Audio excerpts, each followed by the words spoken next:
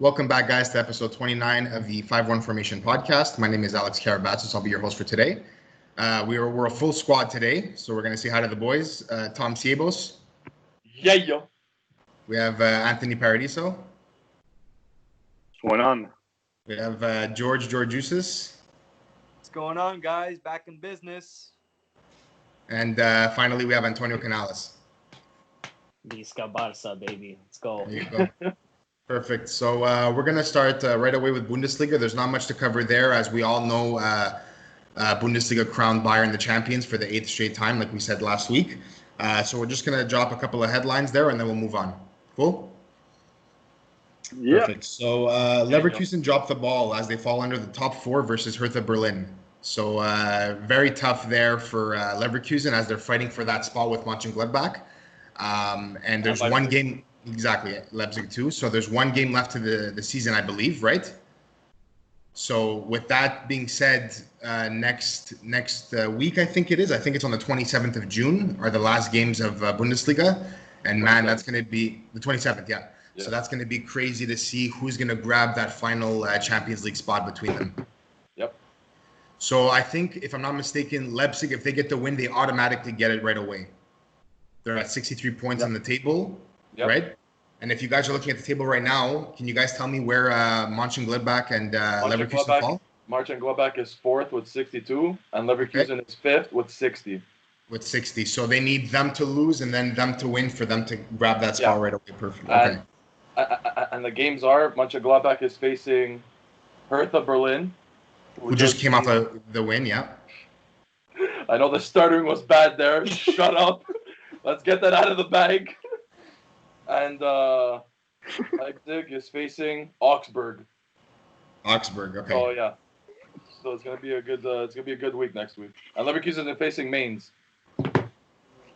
Okay, perfect. And let it out. Oh fuck. They have to let it out, or else we're never gonna get over with the let episode. It out. So what do you guys think? Because sorry, go ahead, Ant.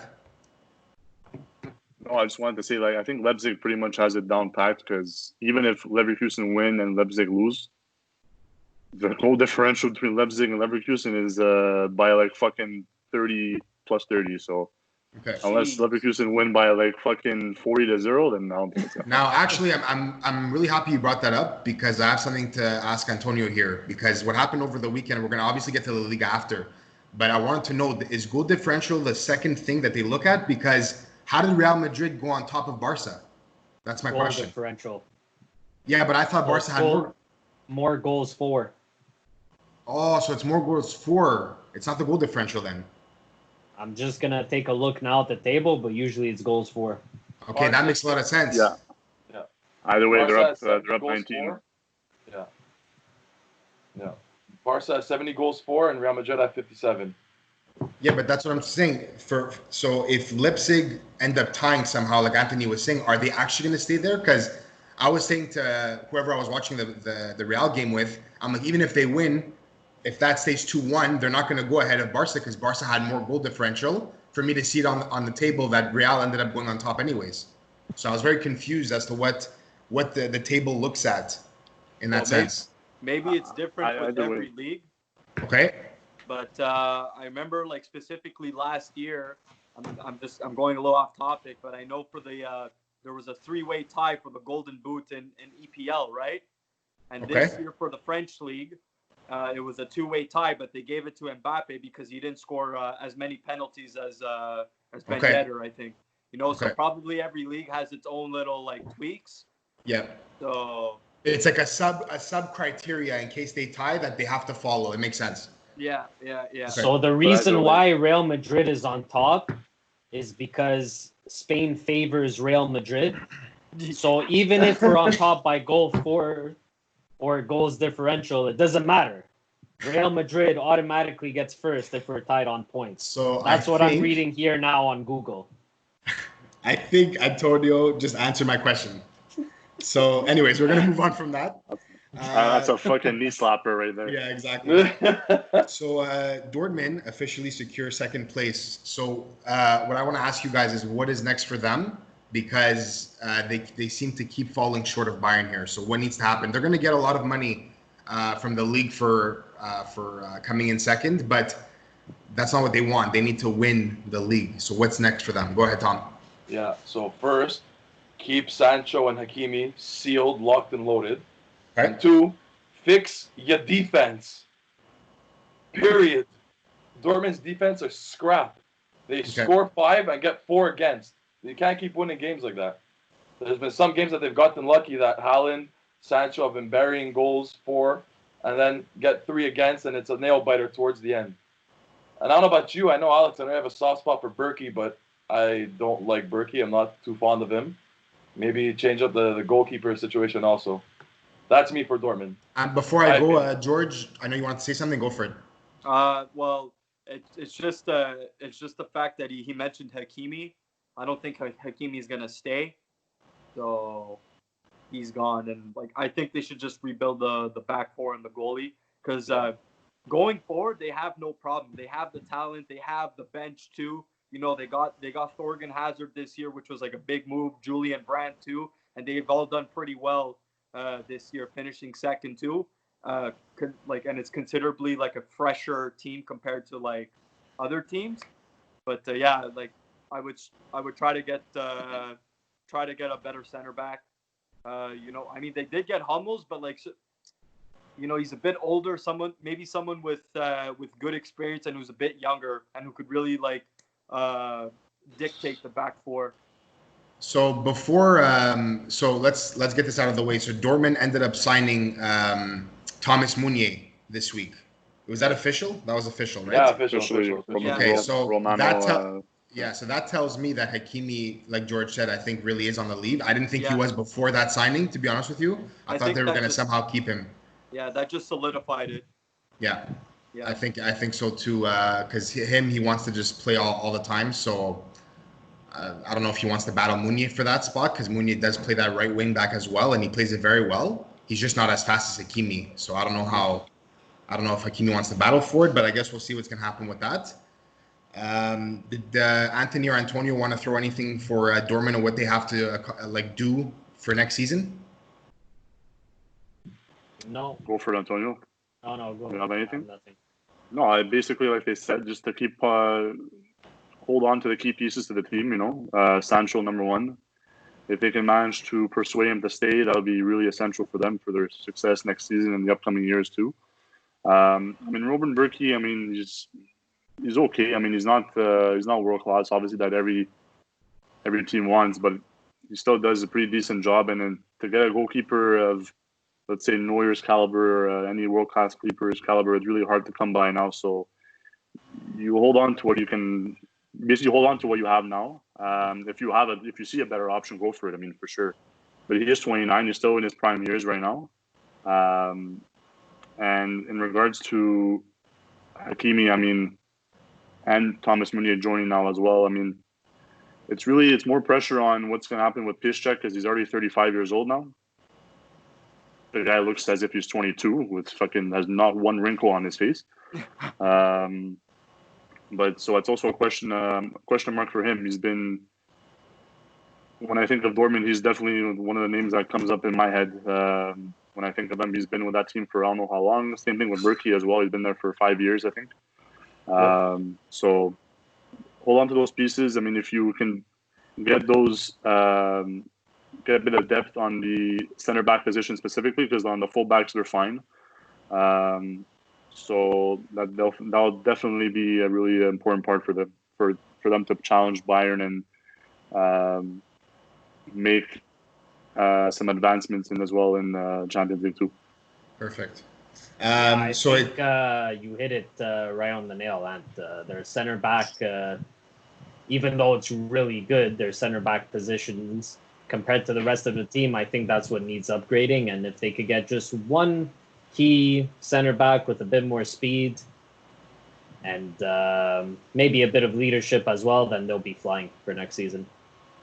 Let's just hope they use that money they're going to get for their back four. Yeah, basically. That's it. So it seems like we can't go another week without talking about the Canadian speedster, Alphonso Davies. He's just, this guy is something else. He's not human. He got a record speed run of 36.51 miles per hour, which is just... Kilometers per hour. Oh, kilometers per hour. Okay, Yeah. so then that was just incredible. These I think are Robin numbers. Correct me if I'm wrong. I think we've seen Robin clock these numbers at his top speed. Yeah. So it's crazy. And no one beat this record since 2011. 2011, Okay. the record was set, and now he finally beat it last Wow. game. And his reaction, he didn't even know it. There was an interview after the game, and the guy's like, "Did you know you broke the record?" He's like, "What?" And you saw in his face, like, "Oh shit, man, good for him." Sick. What Good a for him. star. Did you guys want to comment on Alfonso Davies, or I think it's pretty much. No, just really happy for him. We have a Canadian representing huge part in Bundesliga, now being crowned champion, getting world recognition. And honestly, I just want to throw it out there. TSN did a really nice documentary on him last year. That's really worth watching. It's only about 5 to 10 minutes. You could watch it on YouTube. It's basically his background, where he came from. He grew up in a refugee camp, and basically Canada took him with arms wide open, him and his family, obviously. And he's just a huge example for other refugees out there suffering. And he definitely puts it out in his social media, and he's just a great example all around, man. That's what you want to see in a player like like Rashford, what he did Absolutely. a couple weeks ago. Yeah, that was good. Using their platform for the greater good, basically. Mm-hmm. Exactly. Yeah, no, it's perfect. So let's move on from that. We're going to go to Serie A. Wait. You want to say something, Tom? Yeah. One last thing, because you mentioned Bayern Leverkusen dropping the ball, Mm-hmm. but you didn't mention that Kai Havertz started, and they still lost. Okay. Yeah. They were a full squad. They were a full squad with Kai. Because Kai wasn't playing the first 3 games, and now he finally gets a start, and they still don't get the result that they needed. So it just shows me that he's already 2 feet out the door, waiting for the season to be done next week, and then he's gone. Okay. That's my mentality from him, what I see. I don't know about you guys. I don't know if From it's what you different. Okay. Yeah. No problem. Does anybody, George? I got one more thing. It is soccer related, but the Zone got the rights for Bundesliga, which was something that I told them to do 2 episodes ago. I just wanted to throw that out there, but now we can finally watch like 3 of the major European leagues on the Zone Canada. So thanks to the Zone. Fantastic news, George. Awesome for bringing it up. The Zone, throw us some money, man. We're promoting you. What the fuck? go. This is free promotion over here. What do you think we are? At least a free subscription, bro. Something for real. Yeah, give me a year, fuck. So we're gonna move on to Serie A with the Coppa Italia final. I think we're gonna get some thoughts here from Anthony, and then we'll chime in. So Anthony, you could take over if you want. Well, first off, I want to congrats Napoli. Yep. I said it before, and I believe was it last episode or the episode before, that one way to salvage their season would definitely be to walk away with that, at least that trophy wear. That would definitely help them out, because, like I mentioned in the episodes beginning of this season, they were really struggling all year. So it was really nice to see them and win it for Gattuso, and they were winning it for him as well, who had recently lost his sister. So they were playing with utmost passion that game. On Juve's end, on the other hand, obviously losing a shootout is tough, but it is what it is. They didn't connect. I didn't even watch the fucking shootout because I didn't want to get nervous. I knew how it was going to fucking turn out. There was a few misses apparently by, I forgot which players missed, but not important. Either way, it was a really poor performance by Juve in that Coppa Italia final. The only players worth mentioning in that entire game was De Ligt and Buffon. Bro, that game, Buffon single-handedly kept them in it, because it could have been easily 2-3-0. Yeah. And this guy is fucking 42 years old. The rest of the team, their bodies weren't there. Sorry, their bodies were there, but their hearts weren't. Which has, like I said, countless times, it's been the story all year for Juve. Is it normal that in 180 minutes between the semi-final against Milan and the final against Napoli, with the former team, Milan's having a man down, that you had Dybala, Douglas Costa, and Cristiano Ronaldo as your front 3, and not one fucking goal is scored? Is that normal? Nope. It's not normal.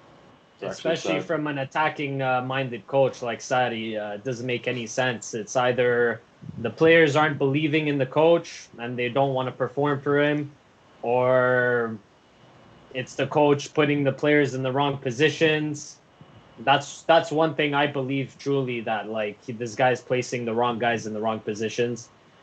But yeah, like you said, there's a problem when you go out in a final without heart.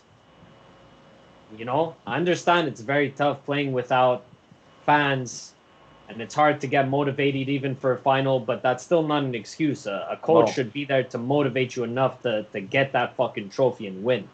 I'm sure Gattuso was yelling at everybody before the game, pumping them up.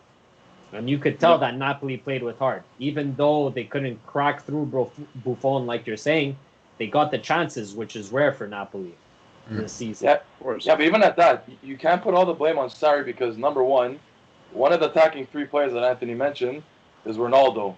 You want to talk about leadership and a team and a player that's won it all, and a player that is going to get the team going.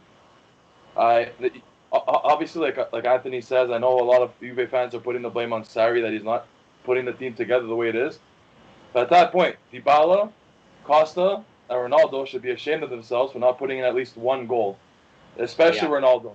There's no excuse. There's no saying, "Oh, Sarri." My dude, you have Ronaldo, Dybala, and Douglas Costa. How don't you at least get any chances or score a goal?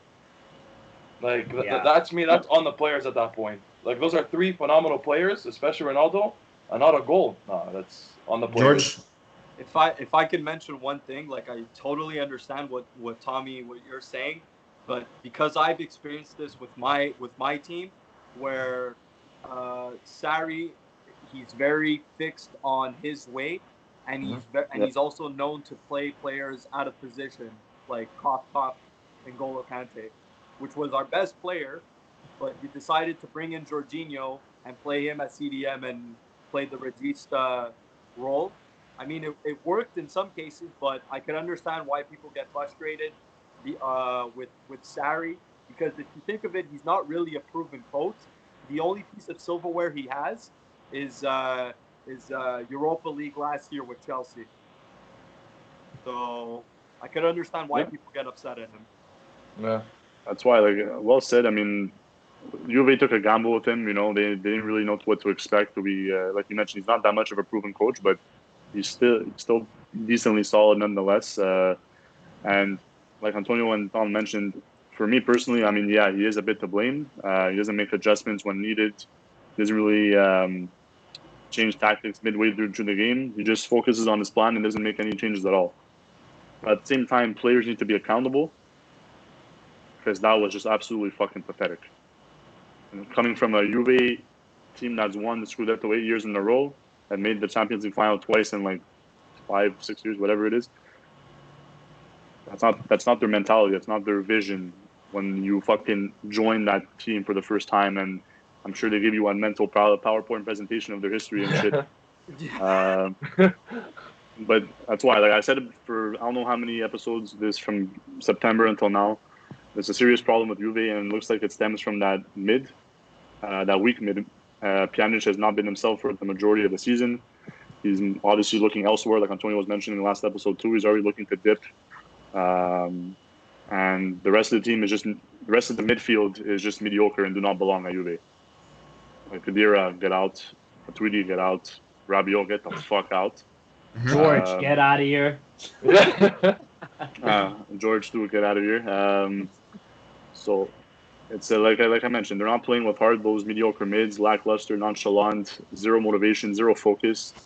Agnelli and his management got it all wrong. So, and it's been an issue not only this year, but even for quite a few years, last maybe 2 to 3 years at least, and they haven't resolved it at all. So, hopefully for Juve's sake, they managed to hold on to fucking first place, because and the Scudetto, because Lazio are right there and they're fucking hungry, bro. Yeah. And Juve has had plenty of wake up calls all year, like you guys have seen, and many of the Juve fans have seen this year, and they haven't reacted. Maybe reacted the game after right away, just about everywhere. Maybe they may have reacted right away, right after, but they haven't kept that consistency, you know. aggressiveness, of desire, and so we'll see what happens. And also with that game, we got fucked again by injuries. So Sandro got a first-degree lesion of the medial collateral ligament, whatever the fuck that is. Okay. Khedira as well, another lemon. Well, Sandro's not a lemon. It's Khedira is a lemon. He had a partial lesion of the tendon of the long adductor muscle from his right thigh that got fucked. So that's another injury right there. Along with another injury that occurred during the Juve win against Bologna this weekend with De Sciglio. He pulled his hammy or whatever, and it's tough. So right now, Juve struggling on their fullbacks, and Danilo got a red during that game as well against Bologna. So right now, our only fullback is Cuadrado. Okay. Which isn't a natural fullback. The struggles continue. Yeah, so the struggles continue, and we can definitely move on from there. Yeah, no, I was just going to say for when you said that they don't really react well, I was happy to see at least that they got the win over Bologna.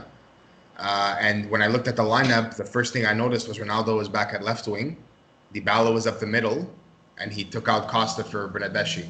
So finally made a switch to his lineup from what I saw, and they ended up with a win. So at least maybe he realized, I think maybe like you were saying, they needed a wake-up call. Maybe that the Coppa Italia final loss was some sort of wake-up call for him. And he said, let me try to move it back and see what happens. So I hope Ronaldo and Dybala, build off that confidence with, despite Ronaldo was a penalty shot, but Dybala's goal, guys, was just fucking beautiful. classic. And Beautiful. it's funny you said that because before I wanted to mention that during the penalty shootout, Dybala was the first person up out of every single player, and he skyrocketed the ball. First shot of the penalty shootout, and he skyrocketed. So he needed that goal, and thank God he got it. Thank God I didn't see it because I would have cried. I didn't know that. Exactly. It was rough. I'm actually going to mention something about Napoli as well. So they haven't dropped points in 8 straight games. This is before and after COVID, that which shows me that something happened to that team mid-season. Gattuso. Yeah, Gattuso as well, like you said, obviously. So it's great to see. Yeah, they're still 6th place, but they can still, if they keep this up without dropping points, whether it's a draw or a win, they keep adding those points up. They're gonna make it up there for sure. Yeah, exactly. They're in 6th place, but that's why they were stuck in that 8th, 9th, 10th position for I don't know how long, and there was a battle for 6th between Napoli, Cagliari, Parma, AC Milan, and Verona, who Napoli actually beat Verona 2-0 this weekend. So they climbed to 6th place for that Europa League playoff spot. So hey, they keep winning. You never know. They might even rise up to a higher position than that. So, like I said, I'm happy they're ending the season on a strong note at least, so they have something positive to build off of the start of next year. Do you have the table in front of you? By the way, I think you were looking at it before, right? I was just gonna mention Atalanta is sitting in the last Champions League spot in 4th place with 51 points, and Napoli is in 6th, like you mentioned, at 42 points. So it's a pretty uphill battle, and honestly, I don't see them getting past Atalanta. Maybe getting past Roma for 5th place. I can give them that.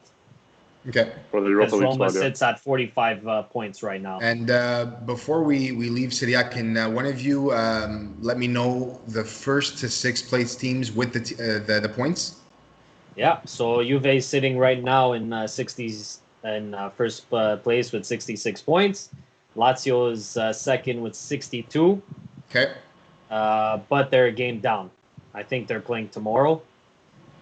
Inter Milan as well, a game down from Juve. They have 57 points in 3rd. Atalanta, like I mentioned, they're 4th place with 51. Roma is 5th with 45, and Napoli is 6th with 42. So with that, at least we'll have a lot more to talk about next episode after seeing if Lazio is able to capitalize on the game under. Or the game in hand. Game in hand, yeah. So let's see if they'll be able to capitalize on that, and we'll be able to talk about them next episode for sure. Yeah, and before we move on, I want to bring up a few more points too, very quickly as well. Specifically during that Juve Bologna game, I haven't said this often all year, but Bernardeschi had a really good game. He played really well. I mean, it's tough for him because he's always shown the energy as he's playing. It hasn't gone his way, and his IQ really hasn't been strong at all. So I hope that flick pass he made to Dybala was, without that pass, that goal would have gone in. So that was a pure setup for him. And I mean, because even despite struggling, for you to make a pass like that in that dangerous area, it has to work out. Because if it doesn't work out, you look like a fucking idiot again. Right. So I'm happy for him that he's still confident enough to make a flick pass like that to him. And hopefully he builds off that too. And because we need him right now. Because right now we're not scoring. And Higuain's not there at the moment. So another point I want to mention is I never understood why Juve got rid of fucking Cancelo again for Danilo. Because this guy comes on the field for De Sciglio, who got injured. And we're already missing Sandro as it is. And we were fighting for the Scudetto, and this guy gets a fucking red card in a matter of 30 minutes. Just fucking bird brain stupidity, bro. Yep. Stupidity. And we're winning the game. Where's the fucking logic in that?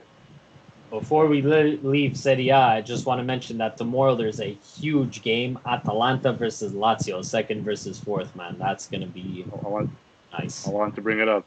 I want to ask for your predictions, how you think the game is going to play out and shit. I believe it's going to be high scoring. I don't know who's going to win, to be honest with you. Because both teams are so well coached and so well managed right now, and it's going to be really fun to watch. I'm really down to watch. It's a bit hard to say because Atalanta just came off a big win. I think they just won 4-1 against Sassuolo, right? Scoring goals still. Scoring goals, but Lazio's more rested. Because I think Atlanta just came off that win. I think it was, 2 days ago? Yeah. So they both have some sort of an advantage over each other, but we'll see who comes out on top. I'm going to predict Lazio will squeeze them out 3-2, I'll say. I was going to go for that same score, Alex. I was going to say Lazio 3-2. Honestly, I think Lazio has a better unit, even though Atalanta plays amazing together as well. Lazio, from what I've seen this year, they play awesome defensively and insane counterattack. So I think that's going to bite Atalanta in the ass. But Atalanta has some firepower, like we mentioned. So, yeah, I'm going to have to say Lazio is going to squeeze them out 3-2. That's my prediction as well. Yeah. Tom? Lazio is going to win just because of Immobile, period. Okay. That's it. Just because of this guy's so hungry. To the prediction, 2-1 Lazio. Score prediction? 2-1 Lazio? 2-1 Lazio. George, you want to get in here for prediction? What do you say? Give me a 2-2 draw. 2-2 draw? Yeah, let me change it up a little. Ooh, nice. I hope so. I hope so, man. And it only makes sense to end with you. Did you give your prediction as well, or not yet? I mean, I'm obviously hoping for the draw, but I think Lazio might pull through as well with that 3-2. I think I see that happening. Juve have a way easier schedule than they do before they end up reaching Atalanta eventually as well, and Lazio too, to end off the year. So they have to take advantage of these next games against Genoa, Lecce, Torino's scrap team. So hopefully they do. See what happens. Yep. And I think we could end off Serie A with that, right? Perfect. Yeah, unless you want to bring up transfer rumors, unless you want to do a separate segment for transfer rumors after. I'll come back to you for transfer rumors after. Yeah, sounds good. Cool. So we're going to move on to La Liga, and we're going to start off with Real Madrid winning big over Valencia. And it's worth mentioning this game for sure because Asensio, who hadn't played in so long, coming back after 11 months, scores goal on his first touch. So always nice to see that. I personally love Asensio, and I'm happy to see him back with the squad and scoring because that's just what he's used to. That left foot is something special. The FIFA 20 La Liga tournament winner comes on the pitch after 11 months and gets a goal. Good for him, man. On his first touch, like you mentioned. And before he came on the pitch, Zidane looked like he was joking around with him, and he murmured a couple of words to him. And Asensio came out and said after the game that Zidane told him to get a goal. And what's the first thing he does? Slots it in back of the net. Gets a goal. Unreal, man. Beautiful. Only Can't get special more fairy tale players. than that. Only special players can go out and just do something like that, man. It's nice. And honestly, I was gonna mention for Real Madrid coming back from the whole pandemic situation, they had a couple of tough games ahead of them with Valencia and Real Sociedad back to back in 3 days' time. So for them to pull out, especially this weekend as well against Sociedad 2-1, it shows that they're tight as a unit. Even though we're gonna get into that Sociedad game, don't you worry about that. We might as well just do it now since you just name dropped it. Yeah, but I just wanted to mention since I'm gonna backtrack and I looked up how the points work. So in La Liga, I think George mentioned it before, but anyways, as we mentioned before, every league differentiates it does it differently. So in La Liga, it's head to head. So right now, Real Madrid is on top first of Barcelona, even though they're tied on points because they have a win over us out of 2 games. The first game was a draw in the Camp Nou, and the second game we lost in the Bernabeu, 2-0. So that's why they're ahead of us. That makes a lot of sense. In the EPL, it goes by goal differential after points. Okay, so that's why I was so confused before because I guess every league has a different. Every league has it differently. I kind of had a hunch that it was head to head, but I just wanted to make sure before I spat it out there. Perfect. So like I mentioned before, Real Madrid coming back from the pandemic with a couple of tough games. They, like I mentioned, are first place ahead of Barcelona, even though we're tied on points because Barcelona dropped the ball against Sevilla, tying 0-0 early in the week. Even though it's a tough game against Sevilla, we couldn't pull through, man. Sevilla is not a pushover team. They're sitting third place right now. So you know what? At least we salvaged the point. Could have gone worse. Could have gone better. But hey, it is what it is. So let's move on to Real Madrid winning 2-1 against Real Sociedad. Joke of a game. A lot of people are calling Real Madrid now Real Vardrid. If you watch the highlights of that game, you can tell why. The Madrid went up 1-0 through a penalty by Sergio Ramos. And listen, I have the Barca jersey on. I don't want to seem too biased. But for me, one of the weakest penalty calls I've ever seen, even with a VAR check. What do you guys think, Tommy? Hands down. As soon as you told us to watch the highlights, I saw it. I saw the penalty. I'm like, but where did he get fouled? Where did he get touched? Literally, the air somehow moved his momentum and he fell. By the way, it was a bad shot to begin with, and he just tumbles over, and then it's a pen out of nowhere. Yeah, it was Vinicius. Vinicius took a dive in the swimming pool on that one.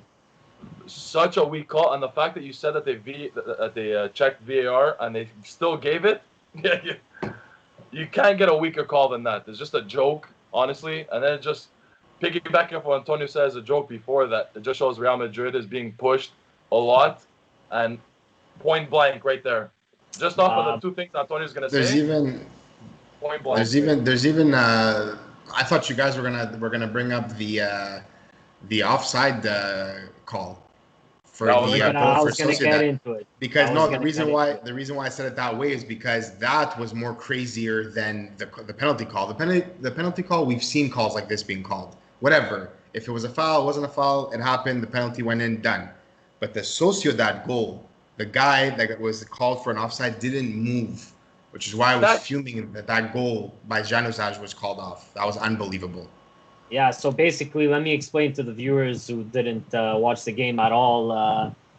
It's 1-0 Real Madrid at this point. Real Sociedad come out flying in the second half, tie it up 1-1, and the goal gets called back by VAR because apparently there was a player standing in the sight of the goalkeeper. Like this. The player didn't move at all. He saw the shot coming, and he stayed still. He knew he was in an offside position. He knew not to intervene, but they still call the fucking goal back. Are you guys serious or what? And not only a serious goal right now.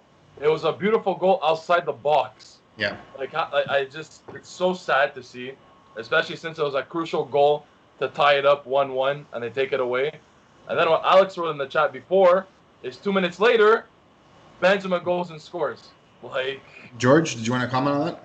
Listen, if we can post the highlights or the disallowed goal on Twitter, and we let the people decide. Absolutely. You know, because we all sound like we're being really against Real Madrid, but at the same time, it's like you be the judge. Exactly. I don't think we're. You know what I'm saying? I don't think we're over exaggerating here. This is ridiculous. I'm not disagreeing. I'm not disagreeing with you at all. But like, it's look with your eyes, and then you tell us. You know. So George, I know you felt strongly about the Benzema goal. You mind explaining what happened there to all the viewers? So this is a controversy in itself as well. The second goal, the winning goal for Real Madrid, is another controversy. It's fucking insane. So basically, Benzema was in the box and he kind of controlled the ball with his like arm/shoulder area. Very controversial again, like, and it led to a goal and they ended up winning. So the way I look at it is, if you're going to disallow an offside goal, right, and then you're going to allow a goal where there was a potential handball. Yeah. Right. You know what I mean? There's exactly. He clearly controlled it with his shoulder. Like, I don't know what part of the area the handball starts from. I'm pretty sure it's...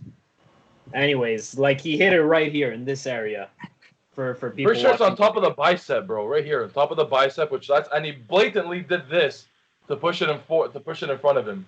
Like, you can't. Oh, I don't know, man. And then he celebrates the goal by lifting his shirt and pointing to his shoulder. Bro, like, come on, man. Florentino, please. How much are you paying, man? How much are you paying these refs? I think that was a good point that to mention, Tom, that Benzema kind of like was really controlling it with that shoulder instead. I mean, if it just hit it and it bounced down, maybe that would have been a different conversation. But like George said, you look at it with your own eyes and it's just... But again, like Antonio said before, there's all kinds of controversy. And just in one game, there's 3 controversy calls for Real Madrid. So it's like... Real Sociedad could have easily won against Real Absolutely. Madrid again. Or even draw. But listen, at the end of the day, we got to be a little realistic, and we got to tell ourselves that there is an agenda for either Barcelona or Real Madrid to win the title, right? Because it's so close. The agenda, it's not Barcelona or Real Madrid, and I'm gonna fucking tell you a quote. I totally forgot to mention it before. The agenda is for Real Madrid. Piqué, funny enough, he came out before the weekend, before they even played Real Sociedad, and before Barcelona played this weekend. He came out and said to the media that he finds it really tough to win this year's Liga because the referees are on Real Madrid's side. And funny enough, look what happens this weekend in the Real Sociedad game. He doesn't look so crazy now. Nah, bro, he came out and people were laughing like, look at this guy, he's so biased, bro. And look what happens 2 days after the quote. Yeah. You know what I'm saying? And another thing, I forgot where I saw it. It was a couple of weeks ago. But apparently 90% of referees in La Liga are Real Madrid fans compared to the 10% of Barcelona. So there's no agenda for Barcelona. We come out clean and get those points clean. I don't give a fuck what all the haters say. There's more of an agenda. There's an argument that there's more of an agenda for Real Madrid to win. Well, why don't you speak about those points you guys earned against Bilbao? Yeah, so listen, Bilbao gave us problems this year. We lost twice in 2 games against them. The first game was in Bilbao at the beginning of La Liga season when Druid got that crazy scissor kick goal, his only goal of the year and his last goal of his career, funny enough. And the second game we lost against them, again last minute, was in the semifinals of the Coppa del Rey. Last minute, Iñaki Williams got a goal. So today, honestly, was a very important game, and we came out fucking flying. What a great game, back and forth. and we ended up getting the win, 1-0, goal by Rakitic, who came on 5 minutes before he scored that goal. Very happy for them. So you know what? I was gonna hold this transfer rumor for after, but I wanted to bring it up now because I was gonna bounce off of that Rakitic name drop. So Barcelona accept Juve's bid for Arthur for about 80 million. I think everyone's seeing it now on the news for soccer and whatnot. So I think this kind of shows me that they might end up keeping Rakitic after this transfer. You never news. know what's gonna happen. Listen, I have a whole speech prepared for this transfer rumor because I was really shocked at the Culés reaction, the Barca supporters' reaction to this transfer rumor. So apparently it's true. Barca accepted an official offer from Juventus for Arthur for 80 million. Now it's just up to Arthur to decide his future, whether he wants to start negotiating with Juve or not. But this, as soon as it came out, it got a lot of backlash. And I asked myself, why? Like, am I missing something? Like, 80 million euros is a hell of a lot of money for Arthur, for a guy like Arthur. I understand. He's 23 years old. He has loads of potential. And I'm sure he'll be great in the future. But for some reason, ever since we got him back in 2018, he hasn't been clicking in this Barca jersey. There hasn't been that special final touch to his game that we've all been waiting for. So for me, I'm looking at this in the business perspective. We got him 2 years ago for 30 million euros. We're selling him now for 80 million. That's a 50 million euro profit in 2 years. 2 years.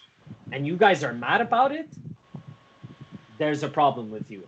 I'm sorry. I'm going to say that straight up. Go for it, George.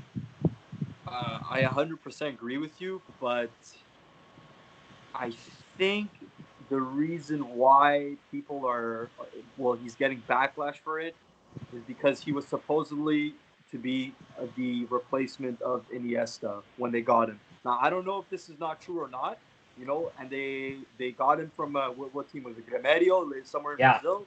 Brazil. They picked him up for like 30, 40 million, like you said. But at this point, I think for Barcelona, for business, I think they should do it. Because they've always had an abundance of midfielders. The likelihood of Pjanic, who has experience, might end up coming to Barcelona. We don't know if it's true or not. So there's that. And, Barcelona have been spending so much cash on players that maybe making 80 million doesn't seem like a bad idea to kind of recuperate the money they've lost in a couple of years. So I don't know. Well, don't forget, it's not a question of if Barca does it or not. They are doing it. It's more a question of if Arthur wants to go or not. Yeah, it's literally up to Arthur right now. He wants to go to Juve or he wants to stay. That's where it's stands. You could be damn sure that Barca is going to be persuading him to sign that deal with Juve. Yeah. What are your thoughts? What are your thoughts, Anthony? Well, to add on to the report, apparently Di Marzio just reported that Arthur is much more convinced to join Juve now that the deal is very close. This was 20 minutes ago. Okay. There you go. So it's looking like it's gonna happen. What did you want to say before I give my? No, sorry. I just have a lot of thoughts that I want to get out accordingly because I feel like they're important. So the first thing is, like I mentioned before, he's a great player, has a lot of quality, just not working out for Barcelona. I think the speed in La Liga is just a bit too fast for him. Rather, compared to Serie A, where it's a bit slower, the transitions from the midfield game to the forwards, I think he's going to benefit from this. So, yes, Juve are paying a lot of money, but he's 23, like I mentioned before. There's still many years ahead of him. And he has a great potential to do great things, just not in La Liga. I think his game is going to benefit more in a team like Juventus in the Serie A. He's going to have the time to look up, look around, dish the balls out that he's able to do. In La Liga, it's very fast paced. very fast-paced in the midfield. So I think he's been struggling with that. And another thing, we're getting 80 million from him. And don't forget, we have Riqui Puig, who's on the sidelines, a Barcelona product, who, for me personally, I would rather give Ricky a lot more opportunity in the Barcelona sweater compared to Arthur.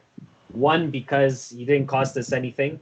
Two, because he would die for the Barcelona logo. And three, because honestly, in the games he's played, especially recently, he showed so much promise, and he's only 18 or 19 years old. So George mentioned before, Arthur was supposed to be the replacement for Iniesta or Xavi, one of those top guys. Unfortunately, it didn't pan out. He hasn't cracked into the first team. If he was the true heir of Iniesta or Xavi, you could be damn sure that he would have started today. He did start today, but he would have started more games throughout the season, at least this year. The first year after a transfer, okay, I understand it's tough to get into a team. You're still young. They want to try you out, whatever. But especially this year, he hasn't been starting that much. So I'll take that 80 million run. Yeah. And if there's any other Barcelona supporters that disagree, email me, Twitter me. We'll have a chat, man. I'll convince you. I'll convince you the ways. Go for it, Ant. No, thank you for that description, because I haven't seen enough of Arthur play to judge whether or not I'm 100% happy with that buy. I'm just really happy that he's 23 more than anything, and I've heard the comparisons to him that he's the next. He's has a very similar playing style to Iniesta and Xavi and all that, and Luke de Jong even. I heard that comparison too, with his playmaking ability too, and I think it's really important to have that. It's a good step in the right direction to rejuvenate our mid. Like I mentioned, he's 23. Yeah. He's loads of potential. You never know what's gonna happen, what we're gonna get out of him in the future. But the talent is there. Maybe Serie A would be a better fit for him tactically. They're more tactically focused, and he has more time to make decisions in the central mid. And like I said also before, Pjanic is not there anymore. His mind is elsewhere, probably on the next chapter, on the next club, which is obviously being reflected in his performances this year.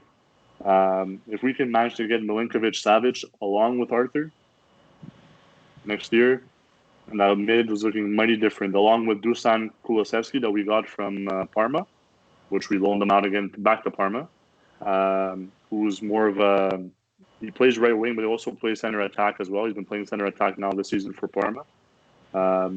Looking mighty different, bro. And the guy, the reporter, the analyst, Matteo Bonetti from BN Sports, tweeted like an hour ago saying Juve have a gem with Dusan Kulusevski. Okay.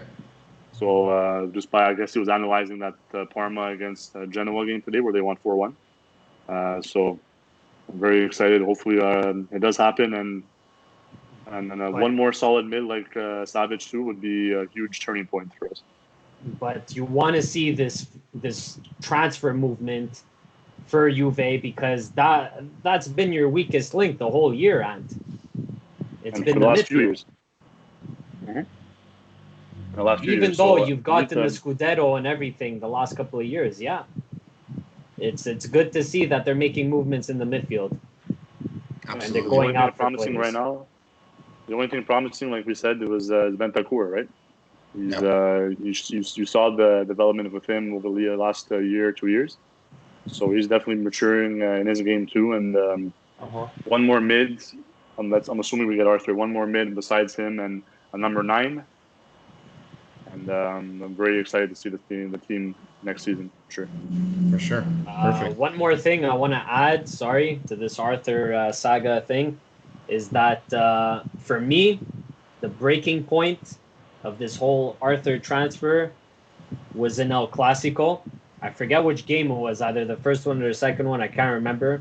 He started the game, and that was a game where we had a lot of chances, but Courtois was saving Real Madrid's ass. And there was one especially with Arthur. He had a breakaway, And I'm telling you, if it was Andres Iniesta or even Xavi, they're slotting it in back of the net, which Arthur didn't do. And for me, just a little thing like that could change a whole guy's career, man. And I think people are looking at that heavily. That he didn't slot that in back of the net in that El Clasico. Yeah. I mean, hopefully he'll learn from that small little mistake. You know, he's still 23, like we said, so Yeah. we'll see what happens. And if he does go to Juve, I think he'd be a great fit. They need some sort of, like Anthony said, rejuvenation to that midfield. So I guess we'll find out soon if he does go what will happen there. And it's all I like just hope they don't use that fucking money on stupidity, man. Because honestly, they've been selling well, but Barca's purchasing department, man. Yeah. You need to get laid off, man. Fucking Christ. Tom, what were you gonna say? Yeah, I'm just saying, like for Arthur, even if he does leave Barca, I know he's gonna be sad, but it's not like he's going step down. He's going from a massive club to a massive club. So for him, he should be happy either way. I know he's leaving Spain, but he's going to a big club like Juventus, one of the massive teams, all eyes on them. So if he starts playing well and starts playing like that Xavi and Iniesta thing, like Antonio was saying, it's going to skyrocket his career real quick. And you're playing alongside Ronaldo. You went from Messi now to Ronaldo. So no excuses now. Real quick. Yeah, not a lot of players can say they played both with Messi and Ronaldo, and he's got his Brazilian paisanos over there, so he's fine. He's fine, exactly. Agreed. Yeah. So I'm gonna give two honorable mention headlines here for La Liga before we move on from this to Premier League. Atletico back in the Champions League spot, so they're in third place after Sevilla and Sociedad draw points. So huge for them. We'll see where they end up. And the last headline that I have here is Bruno Soriano returns to Villarreal after 3 years of being injured. So massive. Antonio, do you know what injury that he had for those 3 years? I didn't check it up. Honestly, I didn't have time, and I probably missed it while I was watching the game yesterday. But if it was 3 years, it was definitely a serious injury. Exactly. But honestly, him and Santi Cazorla playing on the same team, great examples. Yeah. Both having a similar story, coming back after so long. So it's nice to see that there's always hope in the world, you know? Absolutely. And another mention, Alex, is Naki Williams. I don't know what the thing was. I think it was 150 caps in a row without missing a game. That's a very good point. Yeah. So that's another Williams, big mention. Yeah, since April 2016, he hasn't missed a game. Nuts. That's important, definitely. And I think you guys had mentioned that it was also like 40 goals during that timeline, right? Yeah. During those roughly caps. Just under. Yeah. I mean, decent amount of assists too. Would he do better in a bigger club than Bilbao? Probably, but look, he signed that long-term contract. Antonio, what was it, like 9 years? Yeah. So 9 years. He's stuck there for now, and I guess he's one of those loyal guys that just doesn't want to leave. He's happy there. I'm assuming he's in Spain, so can't get more than that, right? So I think we're good to move on to Premier League. We're gonna start with the non-goal call for the Sheffield Aston Villa game. So did you guys all see that non-goal call? No, or did some of you guys? No, yeah, okay. I actually saw it. Yeah, it's true. That was early in the week, right? I had posted a picture basically of. Oh yeah. So the goalkeeper basically caught the ball off a corner, and there was like a bit of a mishap that happened, and basically he was holding the ball in the net, clear as day. His entire body's in the net, but the entire ball's in the net with VAR. No goal call. So we need to kind of discuss this and what this means, because Sheffield, don't forget, they're fighting for spots here. There's all kinds of other teams that are fighting for that fourth, fifth, sixth spot. I think actually just the fifth and sixth, because Chelsea have the fourth one locked in for now. But Sheffield's fighting with Man U and I think Tottenham as well. We just passed them today. You just passed them with the win today. So Sheffield is kind of dropping a lot of points here, but this isn't their fault. That was a clear goal on Aston Villa. So what happens? But Alex, I wanna ask you: did they give an excuse of why they called it a non-goal? Like, was 1% of the ball on the line? Or it's funny you asked that, because after the game finishes, there was apparently the goal line technology that was in charge of that apologized because it's never happened to them in 9,000 games straight or 900 games straight or whatever they said. But they apologized to Sheffield, the league. They said it was their fault because it was a goal. But because goal line technology during the game said it wasn't a goal, even though we can clearly see it, they said that they had no choice to follow the goal line technology. Yeah. Even though we were able to see it in the replay. It's a load of crap. So it was an error from the goal line technology, a technical error. A technical error, but because they have to follow it no matter what, they can see clearly through the camera. They have to follow the technology, and because the technology said it wasn't a goal somehow, they had a fuckery in their system. That's so fucking stupid, man. It's like at that point, you need to take quick decisions in a game like that. So you have different options, as in VAR, where you have different camera angles to see if the goal line technology said it was a no goal. You gotta check just to be sure with the cameras. And even now you're telling me that they have to go with goal line technology no matter what? That's fucking stupid. And even Ian Wright, when he was on the zone during the game, he was just absolutely like freaking out because he goes, just because goal line technology says it's not a goal, we can see it in our own, the camera that you're showing us through the game, that you can see the balls in through the net. So why not just call it through that? Thank you. You know what I mean? How do we see it, but they miss it? That's it. And they're seeing, don't forget, they're showing the video to us. They're seeing the same video. Everyone can see it's a goal. George, did you want to comment? Were you playing FIFA 20 and there's a glitch? It must be. I don't know what's going on.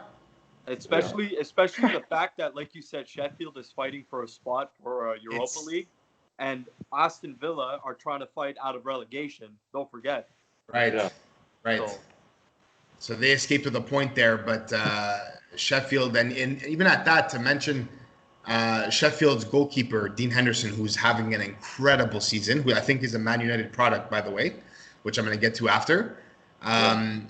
He's just playing outstanding right now, and he's the one who really saved the game because Aston Villa was really pushing towards the end, and he was really saving a couple of important shots.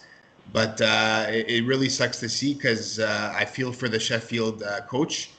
They've dropped a lot of points, I think, in these last 2-3 games where these games are very crucial to them for the table. Mm-hmm. So it is what it is for now, but something needs to change in those rules for next season because if VAR can see it and you're still and they're still not calling it, but the camera shows that it's a goal, something's got to change. It doesn't make any sense. Be consistent. It doesn't make any sense for sure. I don't just like use your tools at your disposal, but don't fully rely on it to make a full decision. Yeah. Agreed. Take all the tools, like you said. Take all the tools that you have, and if you can see that the goal is clearly a goal on any of those tools, it's a goal. You see it for yourself. The ball is literally past the line. Should have called it a goal, 100%. So Manchester City returned to winning ways. I'm gonna give a nice clap for Phil Foden, who's an incredible prospect for Man City. And he's definitely David Silva's replacement when David Silva leaves at the end of the season. So super happy as a fan. I just want to do this because you guys kicked Arsenal's ass at the end of the day. Yeah. That was a big game. Big game as well. Team. We're going to get to that. Yeah. You got to thank David Luiz for that win, bro. Yeah, absolutely. Yeah. Absolutely. So you know what? Since we're talking about City, we'll talk about that game as well because that game was something special because in the first 20 minutes, you can see that Arsenal really has some sort of an edge. Like they're playing really well. The tactics were right. City were having a bit of trouble. And then Pablo Mari, who's a defender for Arsenal, who Arteta started over Luiz. He got injured badly and he had to leave the game. So, he's stuck with putting in David Luiz. And the second David Luiz just runs through the pitch, the entire game just goes completely City's way. And I think it was a couple of minutes after he had subbed on, he makes a horrible mistake in the box, and Sterling just kind of rips a rocket past Leno, and from then on, just gone. The game was just finished from there. And then he gets a red. And he gets a red card, exactly, from because he knows he got beat on that play.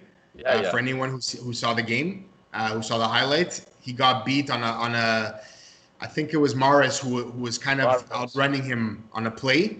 He misread it. He got beat. Second he realized it, he pulled him back. The second the ref saw this, card, and there was another penalty shot, and the game was over from there. Get out of here. So I guess we can talk about Arteta here. He was incredibly upset after that, but you can tell that he doesn't want to put Luiz on the spot either. You know what I mean? He's really saying that Luiz is still a great player, this and that. The Arsenal want to keep him. So what I want to say is I think we've had this discussion many times, but where does Arteta go from here? What does this mean, or these results mean for Aubameyang going forward? And we could also even mention that David Luiz might sign a 1-year extension. He did. So it's official. He did. He signed it. He signed it. It's official. Okay. So then, if he did, it's a 1-year extension. So. Yep. Where do we go, guys? Where does Arteta go from here? Let's start with Arteta first, who's lost 2 games in a row, one to City 3-0, and one to Brighton 2-1. Again, that's the second time, huh? That's the Unreal. second time they lose against Brighton this season. Yeah. And the first time in, I think, Brighton's history that they beat No, what was the record, guys? I forgot the record. The record for what exactly?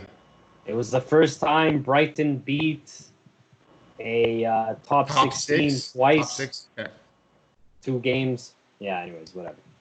No, but regardless, like Arsenal, especially with Arteta there, who's changing the way they think, the way they play, who needs these results. Don't forget, they're sitting in 10th place right now, which is unacceptable for a club like them. Sad. It's sad. They're go for it, George. Yeah, man. Just to go with what Antonio said.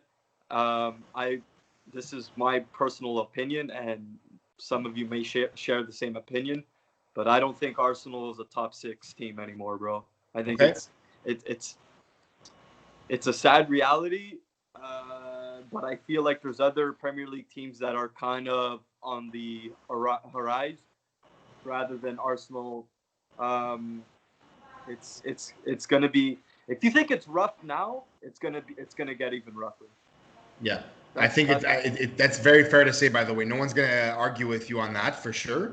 Yeah. They need a lot of work, definitely. And they need to see if maybe selling Aubameyang is going to grab them that cash, and then they can maybe use something with it. I know selling Aubameyang is huge. Yeah. But I'm not sure if that's the right move. Well, it's not only like selling him because he's on 1 year left. Yeah. Right. So around the 1 year mark on a contract, that's when the clubs usually start making negotiations with the players, right? To extend his contract, project a plan for the future and whatnot. But that's the thing, though. They're so lost. It's like, what do they do? Do they build a team around Aubameyang? Do they keep him? Do they sell him? There's just no structure into the team right now. And Arteta's not going to get any funding. He hasn't gotten any funding. The biggest thing that's happened to the club, recently, is Aubameyang. So build a team around him. But that's my argument to you. There's just so many problems with the team from the board to the players. It's just an absolute mess. But that's my argument to you, is that if they finish 10th, they're not going to get any funding, like you said. But maybe they need that sell. Regardless of how big you're going to lose Aubameyang for the team, you might need that 80 to 90 or 80 to 100, whatever it's going to be, $1 million to restructure the team and rebuild it properly. And plus, there's no way you're keeping Aubameyang in 10th position unless you convince him to stay with a fucking midfielder, top-class midfielder that could provide him assists game in and game out, and a hefty salary raise. In salary, I mean. That's the only way they're keeping it. I totally agree. No Europa, no Champions League. How do you keep a big player like Aubameyang at a club? Who just turned 31 years old about 5 days ago. Yeah. There you go. Still got another easily 2 years in him. Another 2-3 years. Tommy, did you want to say something? Yeah, like Antonio said, I'm going to piggyback up what you said. He has 2 more years left, right? Like you said. Why waste another year at Arsenal? And then after this year, if he stays and they tank again, which they probably are, He's going to have one more or two more solid years left. Why waste that time? At the end of the season, I'd say, listen, I'm leaving. Get whatever money you get from me, but I'm gone. The thing with Aubameyang is apparently he does want to stay, but I think what's happening is he even said it himself, is that the ball is in Arsenal's court. So he gave them his wage demands, which is probably a lot, to be honest, right now, which is why they're kind of waiting it out. But he even said the ball's in their court. They know what I want. And he said we're going to see what goes from there. But if his wage demands are too much, they might need to get rid of him. And like we said, use that money to fix that back four, which is horrendous. Yeah, but you know what? If they wait, the same thing's gonna happen to him that happened to Ozil. They had a chance to sell Ozil, right? But the only reason why they kept him was for Alexis Sanchez. They kept him on the high wages, and now look what he's doing. He's doing nothing. He's just collecting the paycheck. Okay, he comes in here and there, but it's just wasted money, wasted space, wasted talent. So maybe you know what? Now that I'm thinking about it, maybe you are right. Sell him, try to get the cash now, and just do a rebuild. Build your team off of Leno, and that's it. Oh yeah, Diso. Diso wants Aubameyang there. You know what? He'd be a solid number 9. Yeah, solid. Yeah, of course. Wishful thinking, man. But obviously, I'm sure he wants to stay in the PL. Yeah, I agree. I think that's why, even regardless of what we said before, like I said, he did say he wants to stay. It's just his wage demands are probably out of place in terms of for what they need right now, and that's why it's not going to probably work out in the end. The last thing, go for it, Tom. But what pull is Arsenal or Arteta going to have if they do sell Aubameyang and they have all that money? Let's say they get 100 mil, like you said. Let's say they get that. Yeah. What pull are they going to have for players to come play for them? That's another thing too. It's a huge. I know all they have, their entire selling point is their history.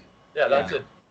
But some players have dreamed, regardless of what's happening to that club right now. Some players have dreamed when they were kids to play for that club. Yeah. Regardless of what's going on with them, some guys are just, I want to play for that club.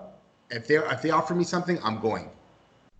Yeah, there's that too. Which is why there are so many Manchester United fans that are so confident in Sancho coming to them. Because apparently, the famous line, I've always wanted to play for United. I've always wanted to play for this. I've always wanted to play for that. Apparently, it's true, which is why they're so confident in him wanting to go there. And that's the example I'm going to use. So that if a player wanted to go to Arsenal for years and they finally get that offer, regardless of where they are, they might end up going. Yeah. There's that too. But for me, go, George. No, go ahead. No, I have nothing else. That's it. I said what I wanted to say. I was going to say, since you mentioned Manchester United, do we go there? Well, I was going to say one last thing about Arsenal. Just news for our listeners who don't know. Bernd Leno is out up to 6 weeks. Yeah. Very bad injury. Go for it, George. Training. So that's what do you mean training? I heard 4 to 6 weeks. He can come back and start training. So who knows when he gets back to match fitness. So, like I said, if you thought it was bad for Arsenal, it's just getting worse. This season is absolutely out the window. It's up to them what they do in the summer and what they're gonna do for next season. Because honestly, there's no hope. No hope for that. And and even when we talked about them outside of the podcast and our own little group chat, we were all saying how Arteta probably didn't think that it was gonna be this hard. Or we could use the word impossible. But the fact that it is, and it's getting to that point, he's sitting at 10th. He can't believe that they're just dropping points like this to these teams. Yeah. And that's it. He just doesn't know what to do anymore. And I think if he gets, I've told this to Antonio personally before, I think Arsenal under Arteta for a full season can really do damage. I really believe that. I just think he needs the right players for that system. Mm-hmm. And he could do damage. To get the right players, you need financial backing. Yeah. But to get that, you need that. You need to sell some of your big players. You need to sacrifice somewhere to get that. Yeah. But the only positive I could take, even though Arsenal's crap and I can't stand them, the only positive that I think some fans for Arsenal will be like, hey, at least Pepe scored. At least Pepe scored a nice goal. He finally got on the score sheet. That his 4th goal of the season. Not even. In all comps, I think he has 3. In all comps. Are you serious? I was totally joking about the 4. How many? He actually has less than 4. How many? In all comps, I think he has 3 and 4. He has like 2 for EPL and then 2 for a cup game. So Really? each goal is 20 million. Yeah. Oh, that's fucking But don't forget that they spend 80 million on this guy. You know, what has he given to this club for that 80 million? Like 0. It doesn't make sense. And that's kind of the mistakes that we keep mentioning for these clubs, is that you're spending all this money, but you need, I know it's tough to be sure, but these are what scouts are for. You know what I mean? Like, if you're sure this guy is going to work in this system, that's when you spend the cash. You know what I mean? Unless, Antonio, I don't know if you wanted to chime in there. Wow. No, I just wanted to say he has a total of 7 goals and 8 assists this year. Okay, so there you go. Much better than 3. It's much better than what Tommy said, but I mean, 3. Yeah, but listen. 3. 5, yeah, okay, cool. Okay. Bro, 5 EPL goals. 80 million. Yeah. No, and enough paying for a shit team. He's Even right. Yeah, though. I'm not disagreeing with you. He's right though. He hasn't made. Don't shoot the sheriff, Tommy. Yeah, exactly. Shoot the deputy. Goals. He hasn't made a huge impact. So Out of here, man. Tommy had to shoot that, even though it wasn't a fact. He had to shoot it because he hates Arsenal, because he's a Tottenham fan. My fault. So it only makes sense. The stat was bad. My fault. That was shit. I know I hate Arsenal, but bro, We know, bud. We know. goals, 80 million. Get lost. So let's go back to that injury for Bern Leno. And speaking of injuries, Sergio Aguero just picked up an injury, and it looks pretty bad over this big win on Burnley that just happened. Was it yesterday? I think yesterday.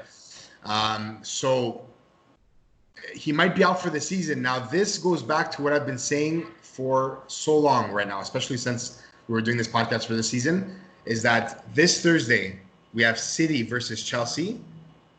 And this is where I've been talking about Gabriel Jesus, where he might have to come up in a big game. This is the chance to prove himself, because he's going to be the starting striker. And this is where he gets to show us City fans if he's the guy to take over Aguero. Because Aguero's the guy that always, exactly. So Aguero's always the guy to take over in big games. He's world-class finisher. He's clinical. This is the game this Thursday versus Chelsea where we can see Jesus pull something out of his ass. Did you guys want to comment on that? I don't see it happening. Hey, George, you know what? As a City fan, I'm not the biggest Jesus fan. Like, he's great, but I'm not the biggest fan of the idea of him replacing Aguero. Yeah. So I'm not convinced. He hasn't had any of those clutch moments yet. That's why he's come off the bench and he started a few games too. But you know, when in terms of the moments where you need someone, that's where the star talent comes out, and they win you the game for you. Yeah, but I'm sorry to say, Gabriel Jesus isn't the star man up there. It's the wingers. It's the guys around him. Gabriel Jesus is great at positioning. He's a great poacher, and he's good at slotting it inside the 18-yard box. He doesn't do anything else. He definitely relies on the guys around him for him to score. So if the guys around him aren't there that game, you could forget about Jesus being there. And that's the deciding factor for him being the Kun Aguero replacement. I don't think he's the right replacement for Kun, because Kun brings that extra X factor.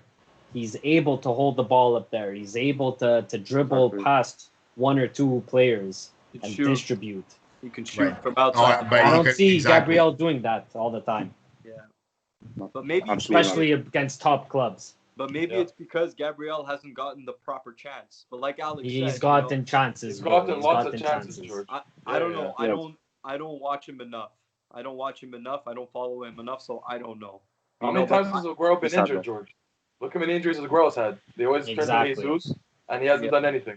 I'm not saying he hasn't scored. He has scored and he has and whatnot. I'm saying in big games, we need to see that Aguero-esque goal where he wins a game winner, or he scores a game winner, or he just does something clutch in a clutch moment where Aguero has saved us those games and those seasons. But listen, I don't think City's the type of team to rely on their star striker anymore. You know what I mean? If it's gonna be one guy, it's gonna be KDB. Sorry. In the big games, though, I was comparing to what Aguero has done for us in those massive games.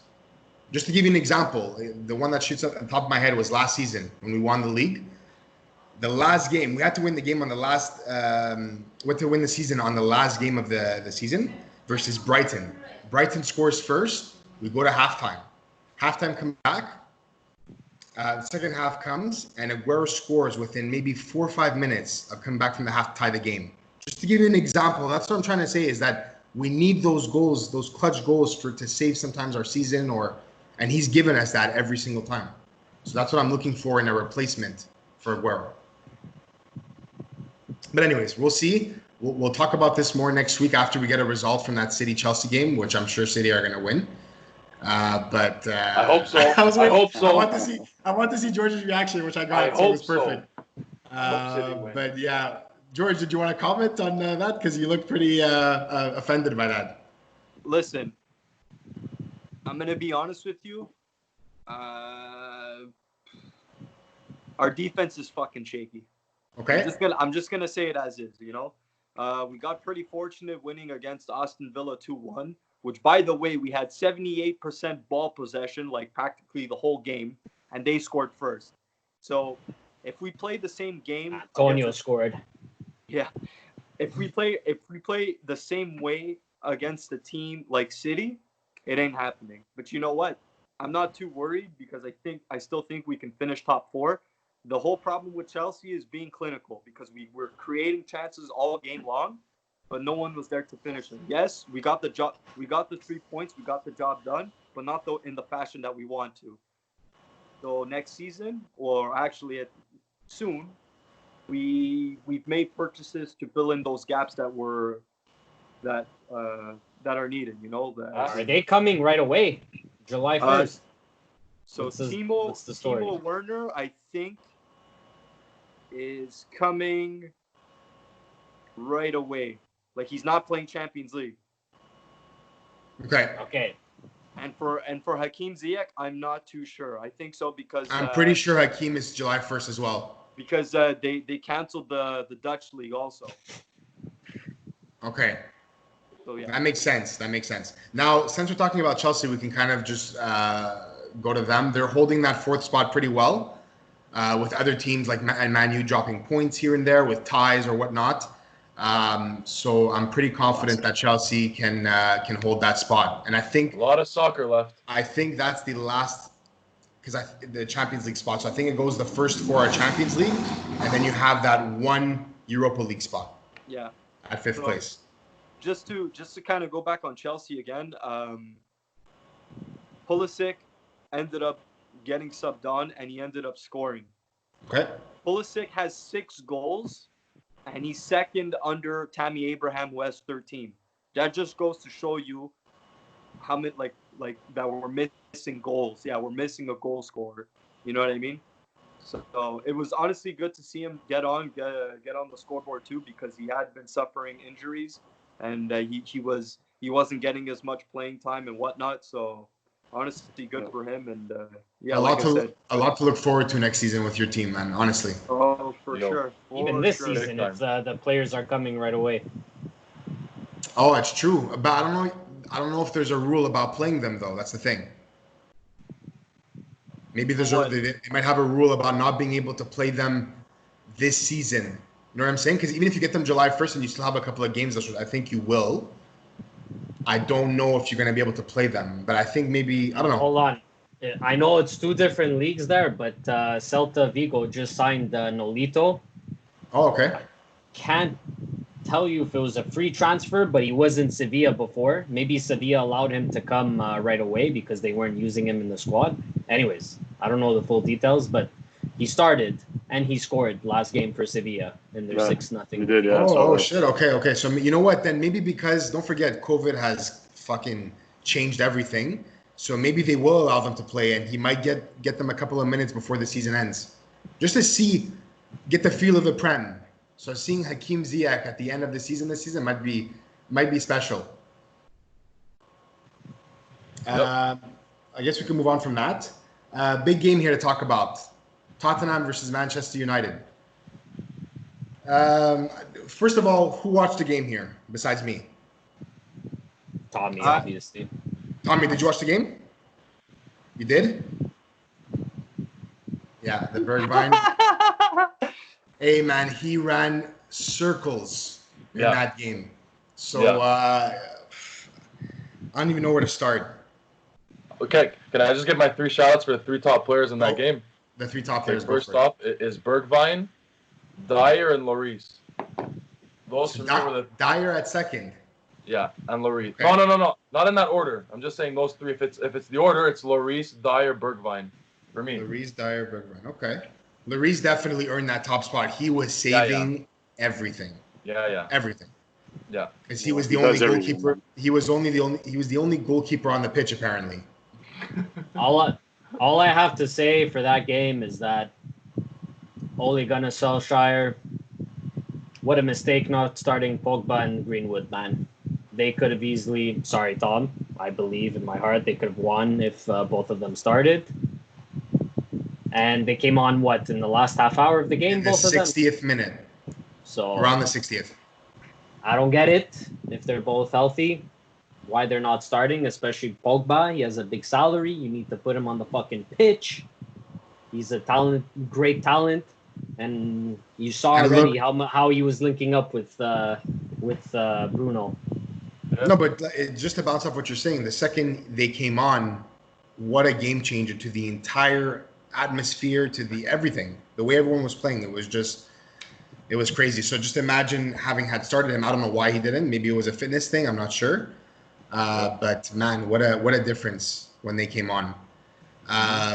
Now, Roy Keane's comments on the game. Actually, George, did you want to say something before we go to that?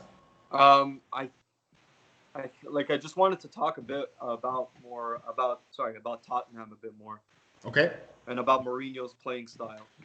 Now, I remember specifically, all right, that they were saying that Mourinho wasn't going to play the same way that he always plays, which is park the bus, right? Yep. And that's literally what he's done the past 2 games after COVID.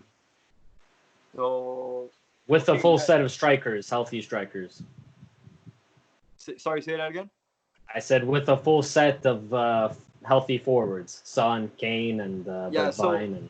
So their primary excuse was that they didn't have a full healthy squad, whatever, this and that. And I get it, teams go through injuries and stuff like that. But yeah, you can't play a 1-0 game against Man U especially when they're deadly on the counter. Granted, that's not what happened in that game, but I don't see that park the bus system working anymore in today's game. No. And I think it's something that Mourinho has got to adjust. He changed it today, if I'll tell you that much. Today's game was a lot different than just getting that one goal and just defending counterattacks every 2 seconds. So, but I understand with you, especially me being a Tottenham fan, it's frustrating to get that one goal and then you're going to see a boring rest of the game from us. But today he changed it a bit. And last game, obviously, Kane was a ghost because it was the first game back in 6 months. But I agree with Antonio. As soon as Pogba came on, the game changed. Maybe if they started, we wouldn't have gone away with a point. But I'm happy we got it with a point.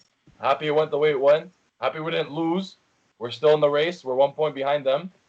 And yeah, but I agree with George. The Mourinho style next season has to change. Hopefully it does, but who knows? He's a very stubborn guy, though, man. Like, I don't think he's going to change his ways from what I'm seeing, from the way he's acting or the way he's responding to critics. Yeah. No, I know, but I'm just saying, like, the way he's, like, even, like I said a million times, after he was a pundit, I thought that when he came back, he would just have a different way of viewing the game. You know what I mean? Like, I thought he'd come back with a new fucking playing style or whatever, and he just came back with the same old bullshit. Go for that. New approach. Well, I don't know. If you've been successful in different leagues, all right, in one certain way that you've been doing, why are you going to change? You know what I mean? Exactly. That's but his defense. Hold on a second, though. He wasn't successful towards the end of that run. That's what I'm trying to say. He had issues with Chelsea. He had issues with Man U. These are two. They had squads, man. We can't say anything. They had squads to put work it with. out of Madrid. Didn't work out too well in Madrid. Something's wrong then. It's not with the fucking team anymore. It's you. You're the problem. Fix your fucking tactics. Yeah. No, that's it. But Granted, hopefully, he's had a great career, you know, yeah. but he always uses that as an excuse to back out of a fucking argument to his playing style now. You know, City, I don't give a fuck about whatever you did back then. The game has changed a bit. Fucking adapt. Yeah. That's how I see it personally. He hasn't. Yeah. And he hasn't done it. Well, he's stubborn. Yeah. Yeah, but Well, you can say you can say the same thing about your boy Pep.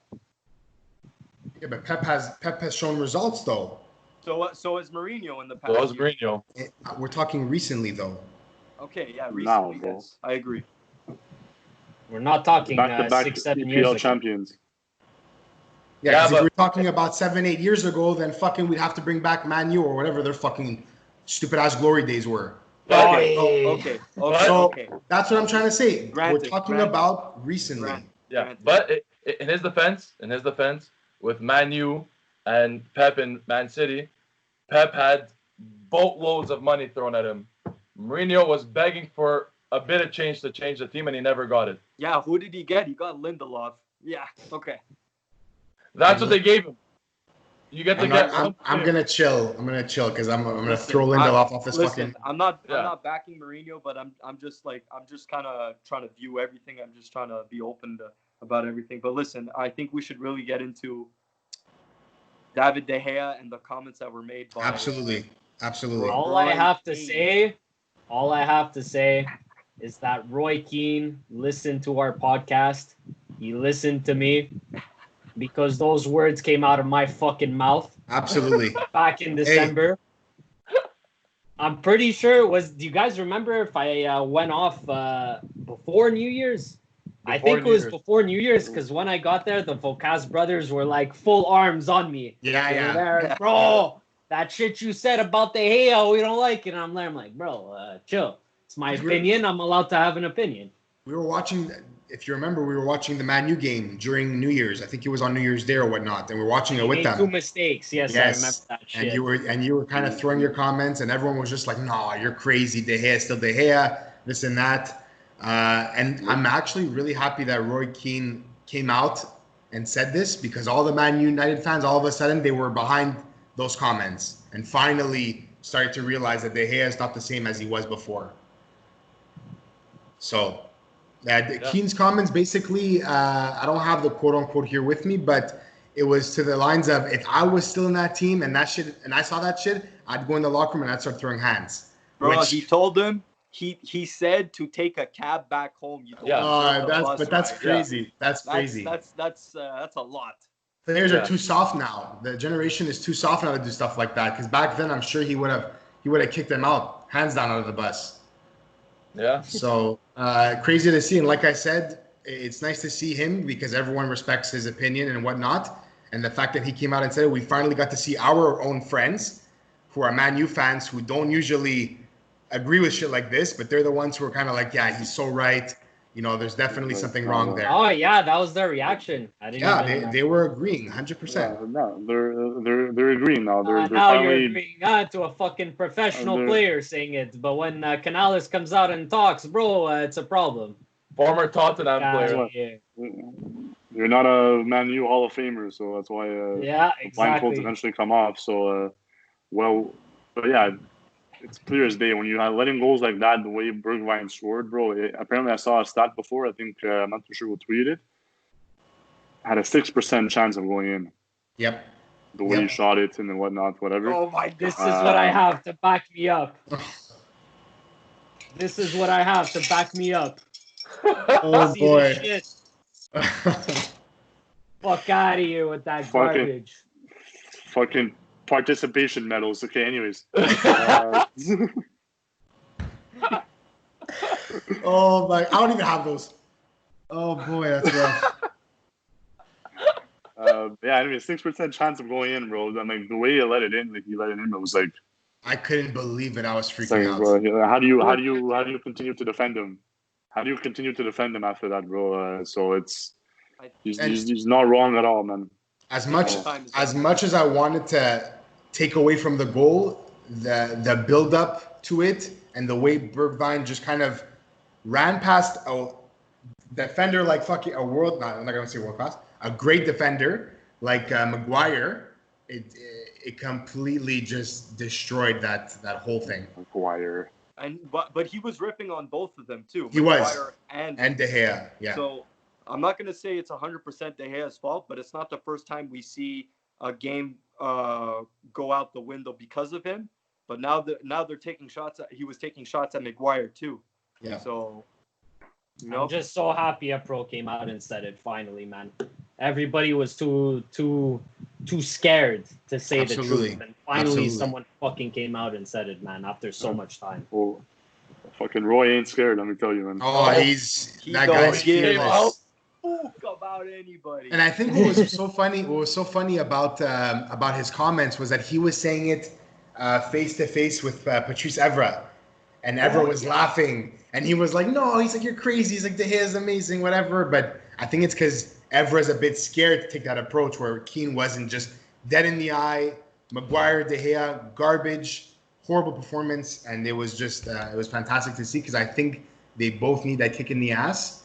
And that realization that you are playing for a great club like Man U, who has a lot of history, whatnot, you need to realize where you are and you need to perform to those standards. Unfortunately for players, I don't think they listen too much to pundits. Okay. You really need someone to tell them, someone in the locker room to fucking have that reaction against them if you want a better reaction from them on the pitch. Right. That's the only problem I see with that. But I don't know, because to me, the coach that they have now, Solskjaer, whatever, I don't see him being as a pushy guy like Roy Keane. Right.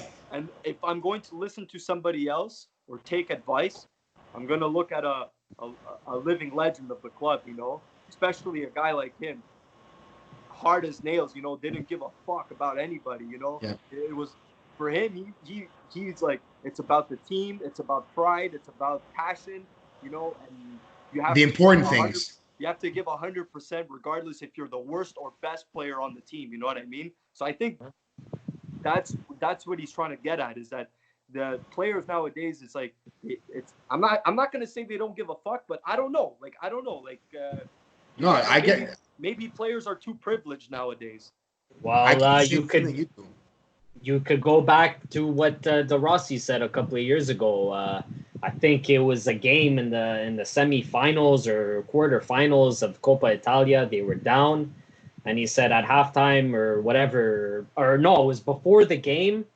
Instead of everyone getting pumped up together, everybody was on their phones, and it's like you don't have that team connection like back in the day.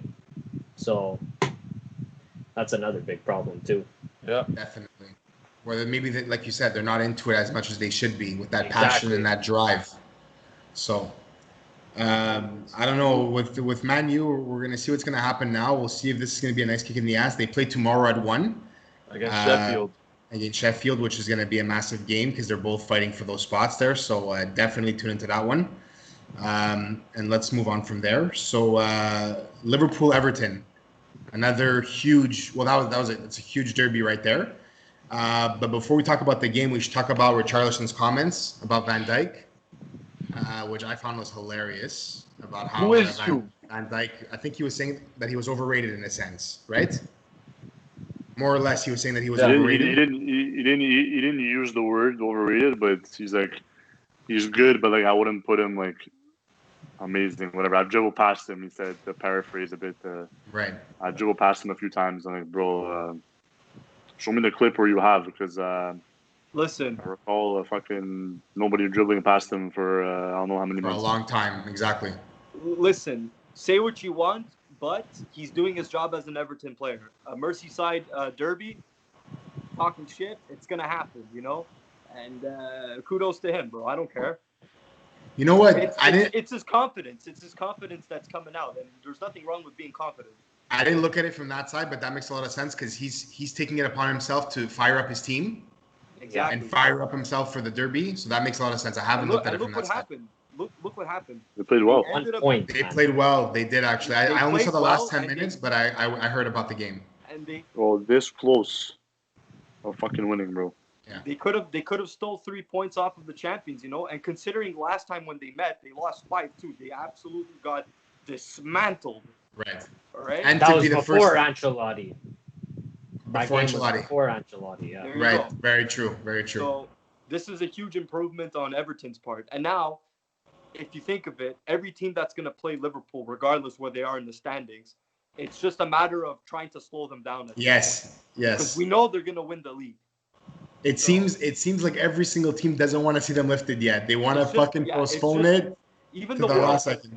Even with this COVID, they're like, nah, not yet. Nah, exactly. Not yet. Yeah, exactly. So it's just a matter of time before they lift the trophy, you know? Okay, perfect. So I have one last honorable mention before we end the pod. Harry Kane, only 1 goal behind Aguero in first 200 Premier League appearances. To show how elite he is as a striker. So that's definitely an awesome feat for him. And hopefully under Mourinho's playing style, he can continue to score the way we normally see him do, for sure. Uh-huh. That's why I put him in the top 3 a couple of episodes ago. Yeah, he's definitely up there for me, man. With the right coach, he'd be up there in mine as well. I think so too. Yeah. Did you guys want to say? Go for it, Ant. Yeah. No, I'd say you create him space, dish him the ball, and he's gonna put it in. Yeah, and he's so like even today, like that breakaway goal, it's like 10 times out of 10 he's putting the ball. That's it. The guy just has a knack for it. It's just he's just amazing. He's amazing. Yeah. So that ends our Premier League segment. I know we've rambled on a bit long here, but Ant, if you had any of the transfer rumors that you can quickly go by, that'd be awesome. Yeah. No, there wasn't much. I mean, other than Thomas Meunier that we already discussed, and as well, Chelsea officially selling Mario Pulisic to Atalanta. They had him on loan for 2 years, so they received 15 million euros. So that's another set of cash that they received for them to continue to potentially purchase people this summer. And he's a German central mid. He's a solid player. He's 25 years old, so he's in his prime years now for Atalanta. And like I mentioned, we've all mentioned the key for them, and similar to Dortmund, for them to continue to succeeding and challenge those top teams is to keep their team intact as much as possible and build off of it. You know, he's an important player on the team. He's not always starting, but he's always contributing. 5 goals, 5 assists in Serie A, and 2 goals, 2 assists in UCL. So may not always be starting, but he's always contributing. So it's good to see that depth. Also, we didn't mention Leroy Sané. I was gonna say that. Yeah. Perfect. And then he actually, for him specifically, which sucks for us, but I mean, he's gonna do what he has to do for his career, and it's definitely a big career move. And he rejected, I think, a contract extension with City, I think 2 or 3 times already. So his mind is already out the door. Yeah, that's per Pep, exactly. It's just a matter of City trying to get big bucks for him. The most they can. Yeah. Yeah. Bayern's gonna have to dish out at least 100, man. I wouldn't sell him for less than 100. But if I was Bayern, I would do it. Like, go for it. Yeah, but Bayern are very selective with their money. Let's just say that. They're not the ones to dish out cash. Yeah, but for a one-time thing, a German player, you know he's going to the best team in Germany. Okay, if he does go to Bayern, where's he going after that? He's going to stay. He's going to stay. I agree. Become a Bayern legend for sure. There you go. No, I agree. I think it's a no-brainer for Leroy specifically. Increase in salary, playing time like he's never had before, responsibilities like he's never had before. It's going to be a huge, huge push for him. Do we have anything else to add? Nope. No, I think that's it. Okay, solid session today, boys. Yeah, a little bit long, but I think we did great. Thanks for listening, guys.